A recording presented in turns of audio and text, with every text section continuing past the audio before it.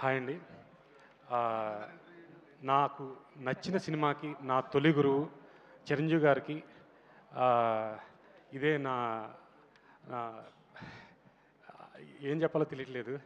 But Chiranjeevi గారిని చూసే నేను సినిమా అనేది ఇష్టం పెంచుకున్నా. అలాగే సినిమాల్లోకి వచ్చాను.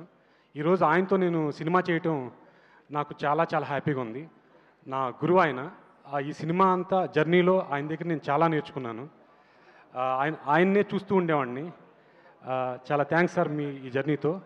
అండ్ నెక్స్ట్ వెంకటేష్ గారు, ఆయన సో మచ్ ఆఫ్ ఎనర్జీ.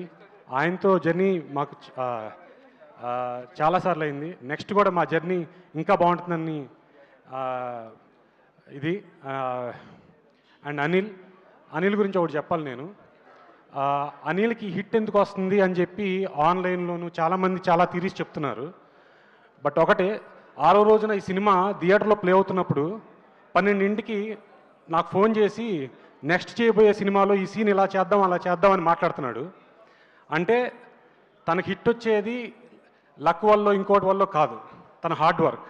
ఇంకా ఈ సినిమా ఆడుతుండగానే నెక్స్ట్ సినిమా గురించి డిస్కషన్ మొదలుపెట్టాడు. మా టీం అందరిని కూడా రోజు ఆఫీస్లో కూర్చోబెట్టి డిస్కస్ చేస్తున్నాడు. ఓ పక్కన ఈ పని, ఓ పక్కన నెక్స్ట్ చేయబోయే సినిమా పని.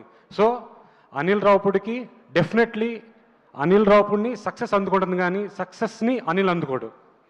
అండ్ సాహు గారికి, సుష్మిత గురించి గారికి ఇంకా మంచి మంచి సక్సెస్ రావాలని కోరుకున్నాను. Thank you sir, thank you very much. And పండక్కి విడుదలైనటువంటి మనశంకర వరప్రసాద్ గారు పండక్కి వస్తున్నారు చిత్రం ఆడియన్స్కి ఎంత మంచి ట్రీట్ని ఇచ్చి